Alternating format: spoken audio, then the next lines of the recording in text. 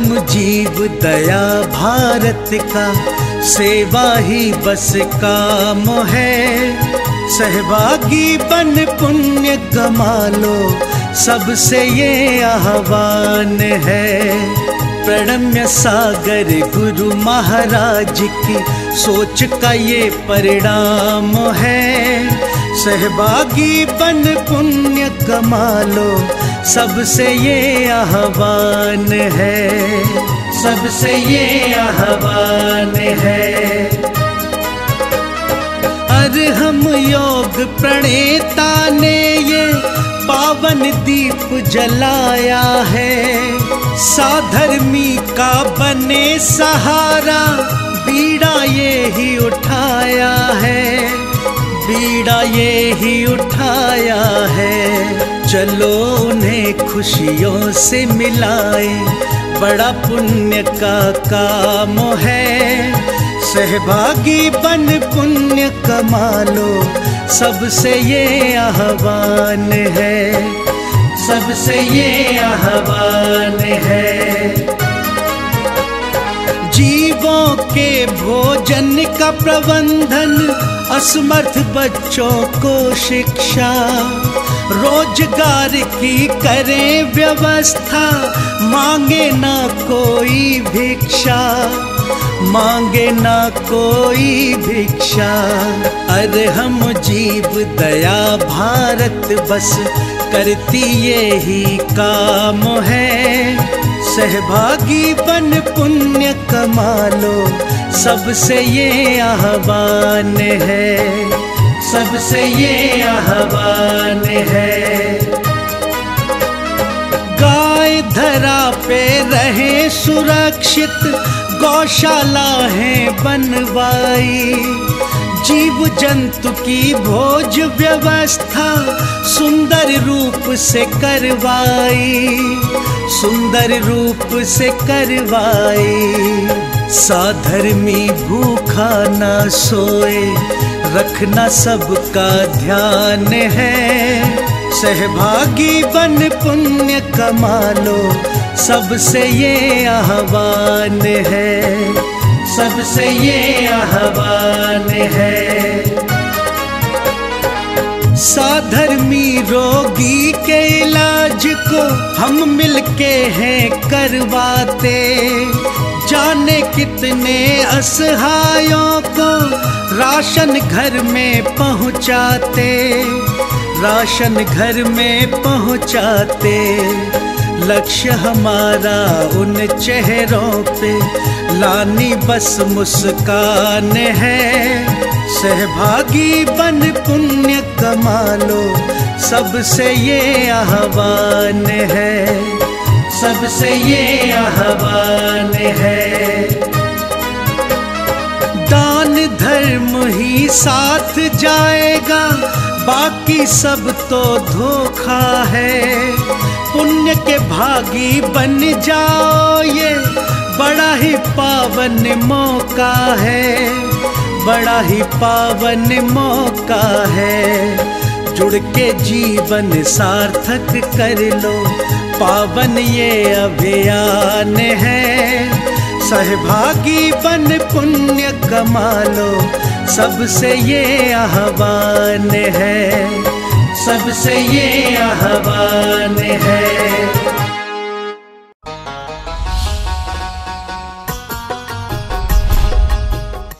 इस कार्यक्रम के पुण्यार्जक हैं प्रणम्य वाणी देवदूत। प्रणम्य गुरु की वाणी पहुँचे घर घर, सम्यक ज्ञान प्रभावना होवे घर घर। सभी प्रणम्य वाणी देवदूत के पुण्य की बहुत बहुत अनुमोदना। मात्र 12,000 रुपए वार्षिक सहयोग राशि प्रदान कर प्रणम्य वाणी देवदूत बने। अधिक जानकारी के लिए संपर्क करें।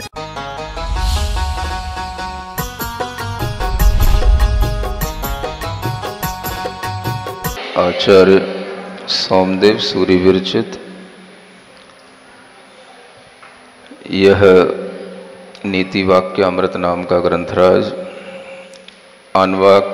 आन्वीक्षिकी समुद्देश इस अध्याय के माध्यम से अध्यात्म की कुछ बातें आप लोगों को सूत्रों के माध्यम से बताई गई हैं। इन्हीं सूत्रों में हमने इच्छा, उत्साह, प्रयत्न, इन सब की भी भीतरी परिभाषाएं जानी हैं पिछले दिनों में, और इसी के आगे एक और अंतरंग की बात यहाँ पर बताते हुए कहा जा रहा है कि हमारी आत्मा पर मन के माध्यम से कुछ ना कुछ संस्कार पड़ते रहते हैं, और उन संस्कारों में जो संस्कार आत्मा के ऊपर पड़ते हैं वो संस्कार भी अपने आप में महत्व रखते हैं। चूंकि यह आत्मा अनादिकाल से संसार में भ्रमण करता है तो इस पर तरह तरह के संस्कार हैं, और वो जो संस्कार हैं वो संस्कार किस रूप में हैं, उनकी क्या परिभाषा है, एक सूत्र के माध्यम से यहाँ बताया जा रहा है। संस्कार की परिभाषा आपको सुनने में बहुत छोटी सी परिभाषा लगेगी, लेकिन बहुत महत्व की परिभाषा है। सातिशय लाभः संस्कारः। संस्कार कितना सी परिभाषा के माध्यम से बताया गया, सातिशय लाभ का नाम संस्कार है। क्या कहा? सातिशय लाभ। संस्कार से क्या होता है, या संस्कार किसे कहते हैं? तो जिस चीज से हमारे अंदर कोई सातिशय लाभ दिखाई दे, बस वो समझ लेना वो संस्कार है। ये तो कुछ समझ नहीं आया, सातिशय लाभ क्या होता है? सातिशय की अगर व्याख्या करें तो अतिशय से जो सहित होता है वो सातिशय कहलाता है। अतिशय का मतलब अधिकता को लेकर के होता है। अतिशय माने क्या होता है? अधिकता।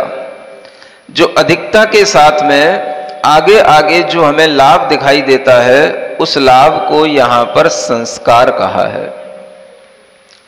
संस्कार की परिभाषा क्या बनी? सातिशय लाभ का नाम ही संस्कार है। अब ये परिभाषा जब हम समझने की कोशिश करते हैं तो हम सोच सकते हैं कि जिस किसी भी अभ्यास से हमारे अंदर सातिशय लाभ की प्राप्ति हो वही संस्कार बन जाता है। जिस किसी भी अभ्यास से, अभ्यास कैसा भी हो, वो अभ्यास अच्छा भी हो सकता है, बुरा भी हो सकता है। लाभ बस जिससे अधिकता से होने लग जाए, यानी उस अभ्यास का लाभ जिसमें अधिकता से दिखाई देने लग जाए, उसी का नाम संस्कार है। जब हम इस अध्यात्म विद्या को पढ़ते हैं तो इसमें जो संस्कार अतिशय लाभ के रूप में बताया जाता है, तो इसी से हमें यह समझना होगा कि हमारी अंतर आत्मा में कई तरह के संस्कार पड़े रहते हैं। जो संस्कार हमें इस जन्म में कुछ अपने आप उद्भूत होकर के हमें आगे बढ़ाने की कोशिश करते हैं, वो भी हमारे अंतरंग के कुछ संस्कार होते हैं। आप देखते हो दुनिया में अनेक तरह के जीव हैं और उनकी अनेक अनेक तरह की अपनी अपनी प्रगतियां हैं, और उन प्रगतियों के पीछे उनका एक संस्कार काम करता है। प्रगति समझते हो? प्रकृति नहीं कह रहा हूं, फिर कहता हूं ये माइक स्पीकर अच्छे नहीं रहते हैं, हा? या मैं स्पष्ट बोलता नहीं हूं, या फिर आपको स्पष्ट सुनाई नहीं देता है? पूर्व धारणा में बैठ करके ना सुना करें। क्या बोला? हर व्यक्ति जो प्रगति कर रहा है, प्रोग्रेस जिसको कहते हैं, हर व्यक्ति जो अपने अपने क्षेत्र में प्रगति करता है, उस प्रगति के पीछे उसका एक संस्कार काम करता है, और संस्कार का मतलब ही है कि उसे पहले कुछ सातिशय लाभ उस रूप में मिला हुआ है। यानी अगर आपके जीवन में कोई प्रगति नहीं है तो आपने पहले कोई संस्कार अर्जित नहीं किया है। अगर आपके जीवन में किसी भी तरह की प्रगति है, अच्छी या बुरी, तो इसका मतलब है कि आपने कोई संस्कार पहले अर्जित किया है। अच्छा या बुरा कैसा भी संस्कार हो सकता है। एक बच्चा है, शुरू से ही लड़ने के स्वभाव वाला है, एक दूसरे में मारता है, गाली देता है, अपने आप ही वह जो है दूसरों से झगड़ने की चेष्टा करता है, यह भी उसका एक संस्कार है। यह संस्कार उसे कहां से प्राप्त हुआ? तो अभी तो बच्चा है, उसके माता पिता ने, किसी ने अभी उसको बहुत सिखाया नहीं है, लेकिन अपने आप वह लाते मारने लग गया, घूंसा मारने लग गया, अपने आप वह गाली देने लग गया, अपने आप दूसरों से लड़ने लग गया, झगड़ने लग गया। ये सब क्या है? एक संस्कार है। ये संस्कार भी उसे सातिशय लाभ से प्राप्त हुआ है। किससे? ये सातिशय लाभ है उसका। अब देखो कितना बड़ा लाभ है उसका कि अपने आप बचपन से ही उसे यह लाभ उसके अंदर था कि वह इस संस्कार के कारण से दूसरों से लड़ने झगड़ने लग गया। ये संस्कार उसके अंदर कहां से आया? तो इस जन्म में तो अभी उसने कुछ किया ही नहीं। ये संस्कार कहलाएगा किसके जन्म का? पूर्व जन्म का। पिछले जन्म के संस्कार के बिना उसके अंदर ऐसा कोई सातिशय लाभ, लाभ का मतलब कोई भी जो उपलब्धि है उसकी, वो सातिशय लाभ कहलाएगी। एक व्यक्ति वो है जो बिल्कुल सामान्य सा है, जिसने किसी भी तरह का मानो पूर्व जन्म में कोई संस्कार अर्जित ही नहीं किया, तो उसे ना लड़ना झगड़ना आता है और ना किसी से कोई बचाव करना आता है। एक वो भी संस्कार हो सकता है। एक वो भी संस्कार हो सकता है कि वह किसी भी जीव को मरते मारते देख करके उसके लिए रक्षा के लिए तैयार हो जाता है और किसी भी तरह से उसकी रक्षा का उपाय भी करने लग जाता है। ये भी संस्कार हो सकता है। ये संस्कार जो उसके अंदर आ रहे हैं, ये सब सातिशय लाभ हैं और ये सभी सातिशय लाभ उसने पूर्व जन्म में अर्जित किए हैं। क्योंकि इस जन्म में ही अगर बच्चे के लिए सब कुछ मिलना होता तो फिर वह एक समान ही सबका जीवन चलता या एक समान ही सबकी प्रगति होती। लेकिन सबकी प्रगति होते होते सब अलग अलग डायरेक्शन में चले जाते हैं। कोई लड़ते लड़ते आगे बढ़ता है, कोई घर में पड़े पड़े ही आगे बढ़ता रहता है, कोई कुछ दूसरों की रक्षा करते हुए समाज उपकार के काम में आगे लगते हुए आगे बढ़ता है। प्रगति अलग अलग तरह की दिखाई देती है संस्कार के कारण से। यानी संस्कार ही पूर्व जन्म का इस जन्म में सबसे बड़ा काम करता है। पूर्व जन्म के अगर आपके अंदर कोई भी संस्कार हैं तो इस जन्म में वह जन्म लेने के बाद में उस डायरेक्शन में आपको चलाने लग जाते हैं। आप अच्छी डायरेक्शन में जा रहे हो तो, बुरी डायरेक्शन में जा रहे हो तो, वो आपके बहुत कुछ संस्कार आपको चला रहे होते हैं। ये संस्कार हैं जिन संस्कारों के माध्यम से हम अपनी आदतें बना लेते हैं। एक शब्द होता है आदत, बोलते हैं ना, इसकी तो ये आदत ही है।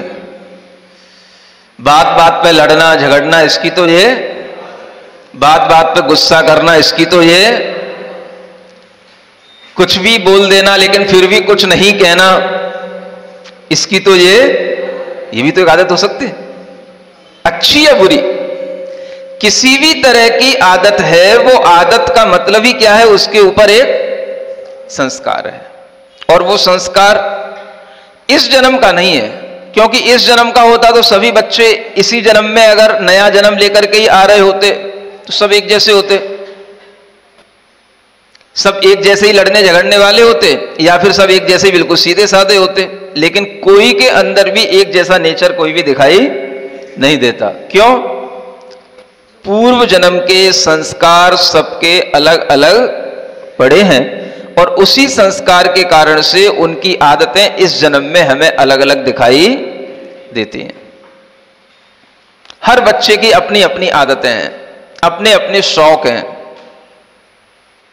किसी बच्चे को पहनने ओढ़ने का शौक होता है, अब सिखाया तो है ही नहीं है कि बेटा बहुत अच्छा पहनो, बहुत अच्छा सजो तब अच्छे लगोगे, वो अपने आप ही उसके अंदर एक शौक आता है। वो आनुवांशिकी भी हो सकते हैं, लेकिन वो आनुवांशिक गुण भी आएंगे तो भी वो संस्कार ही कहलाएगा, क्योंकि वो गुण उसके अंदर जो आ रहे हैं वो पिछले जन्म के साथ ही चल करके आ रहे हैं, केवल इस जन्म के ही नहीं है। और इस जन्म के अगर उसके अंदर थोड़े बहुत अगर कोई संस्कार पड़ जाते हैं तो वह संस्कार उसके गर्भ के संस्कार कहलाएंगे। उसके लिए जो कुछ भी उसका ब्लड का उसका एक संस्कार है वो संस्कार कहलाएगा, तो वह भी एक उसका कहीं ना कहीं उसके ऊपर प्रभाव है। तो किन्हीं किन्हीं बच्चों में संस्कार होता है अच्छा कपड़े पहनना, अच्छे बाल निकालना, बार बार कंघी करना, बार बार शीशे के सामने खड़े होना, बार बार मेकअप करना, ये एक संस्कार होता है बच्चों में। सब में हो कोई जरूरी नहीं है। कई यूं ही घूमते रहते हैं, पता ही नहीं रहता उनके बाल कहां उड़ रहे हैं, कहां जा रहे हैं। नहाया भी है आज के, नहीं नहा भी लिया है तो बाल संवारने की इसको फुर्सत ही नहीं है। बड़ी मुश्किल से कहा जाता है क्या भूत सा बना फिरता रहता है, नहाया ना नहाया एक जैसा दिखाई देता है। उसको चिंता नहीं है, क्योंकि उसके लिए इस तरीके का कोई संस्कार अपने आप उसके अंदर नहीं आ रहा है। कोई दूसरा कहता है तो बार बार वह कुछ कहने से करने लग जाता है, लेकिन करने वाला भी कितना करेगा। जब तक कोई देख रहा होता है तब तक कर लेता है, जब कोई देखने वाला नहीं होता है तो फिर वो वैसा ही हो जाता है। ये संस्कार है। अगर बच्चे के अंदर तरह तरह के संस्कार दिखाई दे रहे हैं तो हमें यह सोचना कि यह बच्चा पूर्व जन्म में कुछ ना कुछ इस तरह के लाभों को प्राप्त किया है। इस तरह के लाभ का मतलब कुछ ना कुछ इस तरह की उसके अंदर उपलब्धियां रही हैं, आदतें रही हैं, जिसके कारण से उसे इस जन्म में इस तरह की प्रवृत्तियां दिखाई दे रही हैं। इसलिए जब भी बच्चे के ऊपर कोई भी संस्कार पड़ता है तो बहुत कुछ संस्कार उसके पूर्व जन्म का काम करता है, फिर उससे ज्यादा कम संस्कार जो है उसके लिए इस जन्म के माता पिता के आनुवंशिक गुणों के अनुसार उसके पास में रहता है, और फिर उससे भी कम संस्कार रहता है जो हम उसे कुछ सिखा करके दे पाते हैं। ये तीन तरह के संस्कार डाले जाते हैं। सबसे पहले पूर्व जन्म का संस्कार, दूसरा माता पिता के अपने आप आनुवंशिक गुणों से आया हुआ संस्कार, और तीसरा उसे शिक्षा या अभ्यास से दिया जाने वाला संस्कार। ये तीन तरह के संस्कार हैं। अब इन तीनों संस्कारों में भी अगर हम तीव्रता देखेंगे तो पूर्व जन्म के संस्कारों की तीव्रता अधिक रहती है। उससे कम तीव्रता उसके ऊपर होगी माता पिता के आनुवंशिक गुणों के संस्कारों की, और उससे कम तीव्रता उसके ऊपर आएगी शिक्षा या अभ्यास के माध्यम से दिए गए संस्कारों की। अगर उस बच्चे के लिए कभी कभी ऐसा हो जाए ये तीनों प्रकार के संस्कारों की उसे एक ही जैसी लाइन मिल जाए, तो फिर जो हम अभ्यास करा रहे हैं उसे, जो शिक्षा दे रहे हैं उसे, वह संस्कार उसका प्रगाढ़ हो जाएगा। क्या समझ में आया? अगर तीनों तरह के संस्कार, माने पहले जिस तरह के वो अच्छे संस्कार लेकर के आया है, माता पिता में भी वही अच्छे संस्कार उसे और घुल मिल गए, और आगे भी जो उसे शिक्षा या अभ्यास कराया जा रहा है वो भी उसी तरह का कराया जा रहा है, तो उसका वह अच्छा संस्कार बढ़ता चला जाएगा। इसी तरह से बुरा संस्कार भी बढ़ता चला जाएगा। मान लो पहले से वो क्रूर था और जिस घर में उत्पन्न हुआ उसके माता पिता भी क्रूर हैं, क्रूर माता पिता की कोई क्रूर संतान हो गई, और फिर उसे जो वातावरण मिला, घर में बड़े भाई बहन ये सब भी मार रहे हैं, काट रहे हैं, ये भी क्रूर हैं, तो उसकी वो क्रूरता का संस्कार बढ़ता चला जाएगा। ये संस्कार है। सातिशय लाभ दोनों तरह का होता है, सज्जनता का भी होता है और दुर्जनता का भी होता है। और ये संस्कार किस पर पड़ते हैं? बोलो किस पर पड़ते हैं? अभी आपने इस अध्यात्म में कितनी चीजें पढ़ ली? एक दिन आपको बताया था बाहर से भीतर आने के लिए क्या क्या चीजें चाहिए पड़ती हैं और भीतर से बाहर जाने के लिए क्या क्या चीजें चाहिए पड़ती हैं? भूल गए? बोलो। बाहर से पहले क्या चाहिए? सब भूल गए। बाहर का सबसे पहला चीज क्या होती है? इंद्रियां तो यहां है, हम बाहर की बात कर रहे हैं। हमारा हाथ कहां जा रहा है? बाहर क्या है? विषय। पहले क्या है? इंद्रिय विषय। अगर हम बाहर से भीतर आ रहे हैं तो इंद्रिय के विषय, फिर शरीर, फिर इंद्रियां, फिर मन, फिर ज्ञान और फिर आत्मा। संस्कार पढ़ नहीं रहे अध्यात्म विद्या के, इसका मतलब ये है केवल यही प्रश्नोत्तर सीमित तक रह जाता है, वो संस्कार है प्रश्नोत्तर होने तक। अब हम जब बाहर भीतर से बाहर आएंगे तो पहले आत्मा, फिर ज्ञान, फिर मन, फिर इंद्रियां, फिर शरीर और फिर इंद्रिय के विषय। ये संस्कारों में जब हम देखते हैं तो हमें यह समझना है ये संस्कार किसके ऊपर पड़ रहे हैं? इंद्रिय के विषयों पर। बोलो, संस्कार किसके ऊपर पड़ेंगे? इंद्रियों पर। किस पर पड़ेंगे? भीतर मन पर, ज्ञान पर, आत्मा पर। किस पर पड़ेंगे? अगर हम एक लाइन में कहेंगे तो आत्मा पर। फिर अगर हम उस आत्मा के साथ में जो संबंधित चीजें हैं, क्योंकि ज्ञान भी आत्मा से जुड़ा हुआ है, तो ज्ञान पर भी। और अगर मन से सहित हो गए, मन भी उस आत्मा से जुड़ा हुआ है, तो मन पर भी। यानी संस्कार अगर हम देखें तो पहले मन पर, मन से हमारे उस ज्ञान पर, ज्ञान से उस आत्मा पर। लेकिन होंगे वो तीनों एक साथ ही। कहने में अलग अलग आ सकता है, लेकिन वो तीनों एक साथ काम कर रहे होते हैं। लेकिन अंततः अगर देखा जाए तो क्या कहने में आएगा? आत्मा पर ही संस्कार पड़ता है, क्योंकि आत्मा में ही ज्ञान है और ज्ञान ही आत्मा है। मन से सहित कोई जीव हो भी सकता है, रहित भी हो सकता है, मन कभी मिल भी सकता है, मन कभी छूट भी सकता है, लेकिन आत्मा का संस्कार तो हमेशा काम में आता है। समझ में आ रहा है? देखो कितना काम में आता है। अगर आपने इस पंचेंद्रीय पर्याय में एक बार भी कभी अपने अंदर ये विश्वास, ये श्रद्धा पैदा कर ली कि इस दुनिया में सच्चे भगवान वीतराग भगवान होते हैं। कौन होते हैं? वीतराग भगवान होते हैं, जिन्हें किसी से राग द्वेष नहीं होता है। ऐसे वीतराग जिनेंद्र भगवान ही दुनिया में सच्चे भगवान होते हैं। उन्हीं के द्वारा बताया हुआ जो रास्ता होता है, धर्म होता है, वो सच्चा होता है। और उस रास्ते पर जो चलने वाले साधु पुरुष होते हैं वही सही गुरु होते हैं।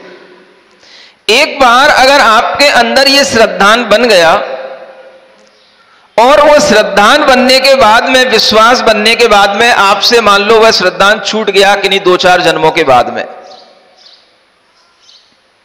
कितने जन्म के बाद? 2-4 जन्म के बाद, 10 जन्म के बाद, 20 जन्म के बाद भी श्रद्धान छूट गया आपका मान लो। लेकिन एक जन्म में आपने श्रद्धान बना लिया पक्का, विश्वास कर लिया पक्का, विश्वास कर लिया, इरादा कर लिया। क्या क्या इरादा कर लिया? भगवान वीतराग होते हैं, उनके द्वारा बताया हुआ धर्म ही सच्चा धर्म होता है, और उस रास्ते पर चलने वाले साधु पुरुष ही सच्चे गुरु होते हैं। अगर आपने एक बार ये विश्वास कर लिया और ये विश्वास का संस्कार आपके अंदर बैठ गया, मान लो वो संस्कार आपका 2-4 जन्म काम आया, फिर छूट गया। कुछ जन्मों के बाद अगर वो संस्कार छूट भी गया तो भी एक बार आत्मा पर पड़ा हुआ यह संस्कार आपको कभी ना कभी फिर इसी लाइन पर ले आएगा और फिर आपको देवशास्त्र गुरु के प्रति इसी तरह का विश्वास उत्पन्न कराने में कारण बन जाएगा। अगर आपने भीतर से वो श्रद्धा प्राप्त कर ली है तो आचार्य कहते हैं इसी का नाम सम्यक दर्शन है। क्या बोलते हैं? एक बार आपको समीचीन श्रद्धा उत्पन्न हो गया, सम्यक दर्शन हो गया, और बाद में अगर वो छूट भी गया तो बीच में हजारों जन्म जन्मांतर होने के बावजूद भी वह सम्यक दर्शन आपको कभी ना कभी फिर से सम्यक दर्शन का लाभ करा देगा। इसी का नाम संस्कार कहलाता है। अब ये संस्कार किस पर पड़ा? ये आत्मा पर पड़ा। बाकी सब चीजें तो छूटती जाएंगी। इंद्रियां हैं, छूट गई, मन है, छूट गया, ज्ञान है, छूट गया। अब देखो, मन और ज्ञान को आप कैसे समझ सकते हो? जैसे मान लो कोई भी साधक है, उसने अपने जीवन में साधना की, लेकिन कुछ पूर्व जन्म के कर्मों के कारण से उसे शरीर में कुछ रोग हुए, और उन रोगों के कारण से उसकी साधना में बाधा आई, लेकिन उसने साधना छोड़ी नहीं। पीड़ा हुई, शरीर के कारण से उसे कष्ट हुआ, लेकिन उसने अपने अंतरंग में जो श्रद्धा बनाई, जो साधना करने के लिए विश्वास बनाया, वो छोड़ा नहीं। अंत तक वह उस विश्वास के साथ में जिया। और अंत में क्या हुआ? मान लो उस साधक के लिए अंत में उसका ज्ञान एक तरह से काम नहीं किया। मान लो वो कोमा में चला गया। सुनते हो ना अक्सर, समाधि हुई, समाधि से एक दिन पहले ऐसा लग रहा है कि वो कोमा में चले गए, है ना? चाहे वो महाराज जी हो, चाहे माता जी हो, किसी के लिए कुछ भी हो सकता है। अब आप ये देखें कि जिसने जीवन में कोई साधना की है, जीवन में कोई संस्कार अर्जित किया है, जीवन में विश्वास के साथ में अपनी प्रगति की है, और अंत में उसके लिए कोई पीड़ा हुई है, और पीड़ा होने के बाद में उस शरीर के कारण से, पीड़ा के कारण से उसके अंदर कोई मूर्छा आ गई। मूर्छा का मतलब क्या है? अब मन, ज्ञान ये काम नहीं कर रहा है। आत्मा के ऊपर संस्कार था, वो तो रहेगा, लेकिन मन और ज्ञान ये जो काम करने चाहिए वो काम नहीं कर रहे हैं, क्योंकि शरीर के अवयवों में कुछ ना कुछ, भीतरी अंग उपांगों में कुछ ना कुछ डिस्टरबेंस होने के कारण से, कमियां होने के कारण से, वह रुग्णता होने के कारण से उसका मन जो है एकदम से क्या हो गया? मूर्छित हो गया। इसी को आप क्या बोलते हो? बेहोशी हो गई। ये बेहोशी अगर थोड़ी ज्यादा समय के लिए हो गई तो इसी को क्या बोलते हो? कोमा लग गया, कोमा में चला गया। समझ आ रहा है? कोमा अपने आप में ऐसा नहीं है कि अब वो जीव कोमा में चला गया तो अब क्या हो रहा होगा उसका, अब उसको कोई नमोकार मंत्र सुनाए कि नहीं सुनाए, अब अंत समय में वो कोमा में चला गया तो अब उसका अंतिम आगे का जीवन कैसा होगा, अंत समय तो ऐसा हो गया। ये बहुत लोग सोचा करते हैं। जब भी किसी की समाधि होती है या कोई साधक के लिए अंत में कोई कोमा आदि में चला जाना हो जाता है तो अक्सर लोग इस बात पे विचार किया करते हैं, अब क्या होगा, क्या हुआ होगा, बताओ क्या हुआ होगा। कोमा में चला गया माने अब जीवन भर की उसकी कोई भी जो साधना थी, संस्कार थी, वो सब कोमा में चले गए ना। वो मूर्छित हो गया तो माने उसकी सारी की सारी साधना मूर्छित हो गई। ऐसा क्या होता है? संस्कार किस पर था? संस्कार आत्मा पर था। ज्ञान और मन बाहर की एक प्रक्रिया को चलाने के लिए, आत्मा के लिए एक साधन होते हैं। पेट में इतना दर्द हुआ, सिर में इतना दर्द हुआ, कोई भी तरह की बीमारियां हो गई, मन मूर्छित हो गया, कोमा में चला गया, ज्ञान बिल्कुल शून्य हो गया, कुछ नहीं लग रहा है कि कोई चेष्टा हो रही है, लेकिन फिर भी संस्कार किस पर है? संस्कार मन पर नहीं है। संस्कार उस ज्ञान पर नहीं है जो ज्ञान इंद्रिय और मन के साथ काम कर रहा है। संस्कार उस ज्ञान के साथ में है जो आत्मा की अपनी धरोहर है। और जिसके अंदर इस तरीके से अपनी आत्मा पर संस्कार पड़ जाता है, वह चाहे अंत समय में मूर्छित हो जाए, चाहे कुछ हो जाए, उसका वह संस्कार ही अगले जन्म में उसे सद्गति को प्राप्त करा देता है।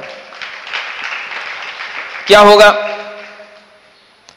एक जन्म में अगर कोई संस्कार प्राप्त कर लिया है तो संस्कार नहीं छूटेगा। इसलिए संस्कार अच्छे बनाने का मतलब होता है साधना करना, अच्छे चीजों के संस्कार अपनी आत्मा पर आरोपित करना। और वो अच्छे संस्कार कहां से कहां तक हो सकते हैं? तो सम्यक दर्शन से लेकर के सम्यक चारित्र तक के संस्कार, ये सभी अच्छे संस्कार माने जाते हैं। क्या सुना? हाँ, एक अच्छे मार्ग पर चलने के विश्वास के साथ उस मार्ग पर चलने तक के संस्कार जितने भी होंगे वो सारे के सारे अच्छे संस्कार कहलाएंगे। इन अच्छे संस्कारों की एक बार अगर आत्मा पर छाप पड़ गई तो कितने ही जन्म जन्मांतरों में वो आत्मा भटक भी जाएगा तो भी वह उस संस्कार के कारण से कभी ना कभी बहुत जल्दी वह सुलट भी जाएगा। इसीलिए कहा जाता है जिसे एक बार सम्यक दर्शन की प्राप्ति हो जाती है वह अनंत काल अगर इस संसार में भ्रमण भी कर ले तो भी अर्ध पुद्गल परावर्तन काल के बाद उसे जरूर पुनः सम्यक दर्शन की प्राप्ति होगी और उसे मोक्ष की प्राप्ति होगी। कितने काल के बाद? अर्ध पुद्गल परावर्तन काल। यह अपने आप में एक बड़ा अनंत काल जैसा है, लेकिन एक बार अगर उसे सम्यक्त्व की प्राप्ति हो जाती है तो इस कितने काल के बाद में उसे पुनः सम्यक्त्व की प्राप्ति अवश्य होगी, मोक्ष अवश्य होगा। किसके कारण से? सातिशय लाभ संस्कारः। यह छोटी सी परिभाषा है। संस्कार किसका नाम है? सातिशय लाभ। ऐसा लाभ लो जो पहले आपने कभी लिया ना हो, उसको कहेंगे सातिशय लाभ। दुनिया के तमाम देवी देवताओं में उलझे हुए अनेक जन्म बीत चुके हैं, नहीं समझे? दुनिया के तमाम मिथ्या धारणाओं में जीते हुए अनेक जन्म बीत चुके हैं।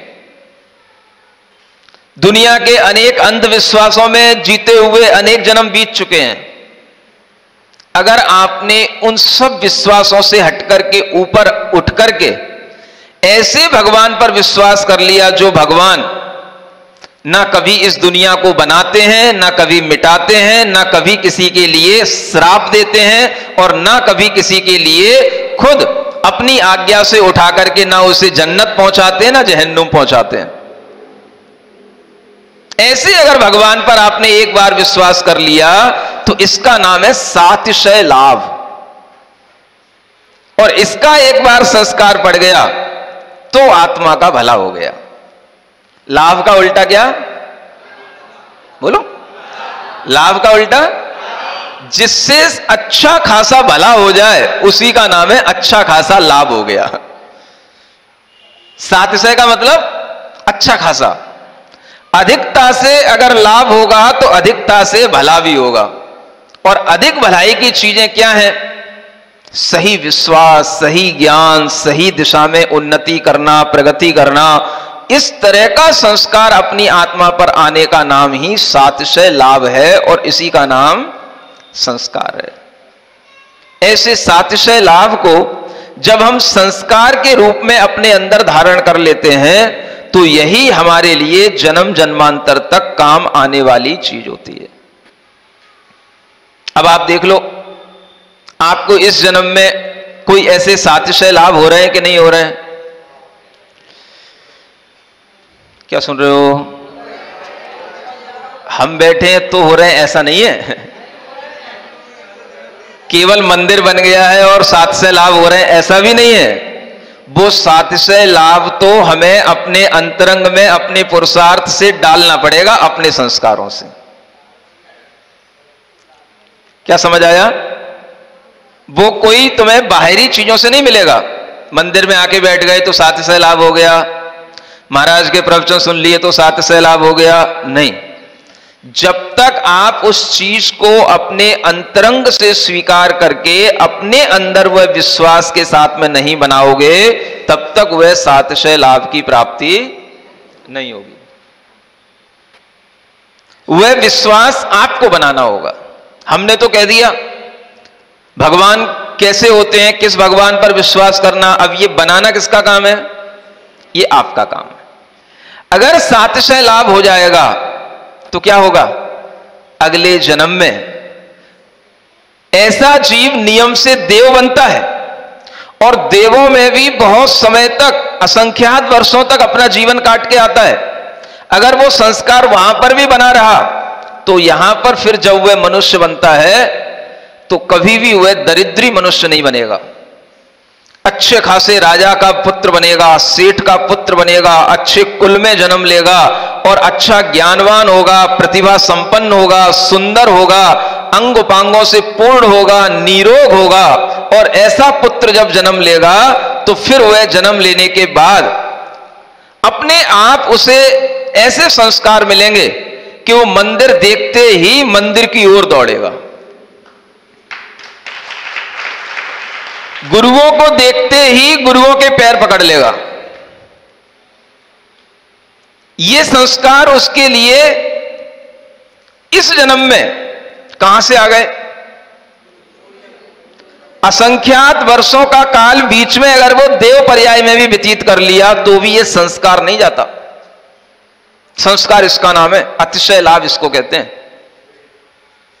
आप सोचो कि सागरों पर्यंत, पल्य पर्यंत, ये सब असंख्यात वर्ष की आयु के यूनिट हैं। पल्य, सागर, किसी की 2 सागर की आयु है, किसी की 10 सागर की आयु है, कोई 1 पल्य, 1.5 पल्य, 2.5 पल्य, कितना भी वह असंख्यात वर्षों तक किसी भी देव देवियों के साथ में रह ले, लेकिन इस जन्म में अगर उसने एक अच्छा सातिशय लाभ अपने अंदर प्राप्त कर लिया है तो उसे जन्म जन्मांतर तक उसके साथ में वो लाभ बना रहता है।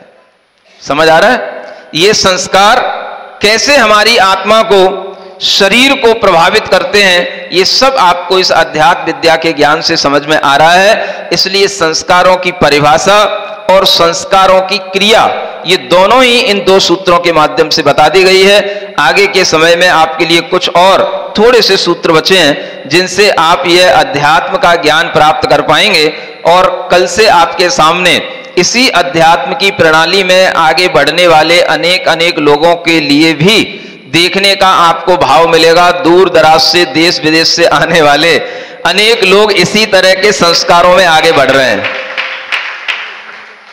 आत्मा के ज्ञान के संस्कार, आत्मा के ध्यान के संस्कार, अरहम ओम के ध्यान के संस्कार, ये संस्कार आपके अंतरंग के आत्मा के संस्कारों को तोड़ने के लिए नए संस्कार दिए जाते हैं। और इस तरह की चीजें आपके सामने जब आए तो आप भी अपना मन बनाएं कि हम भी अपने जीवन के इन क्षणों में कुछ ऐसा पुरुषार्थ करें कि हम अपने पिछले संस्कारों को तोड़ करके नए संस्कारों का अर्जन करें। बोलिए महावीर भगवान की।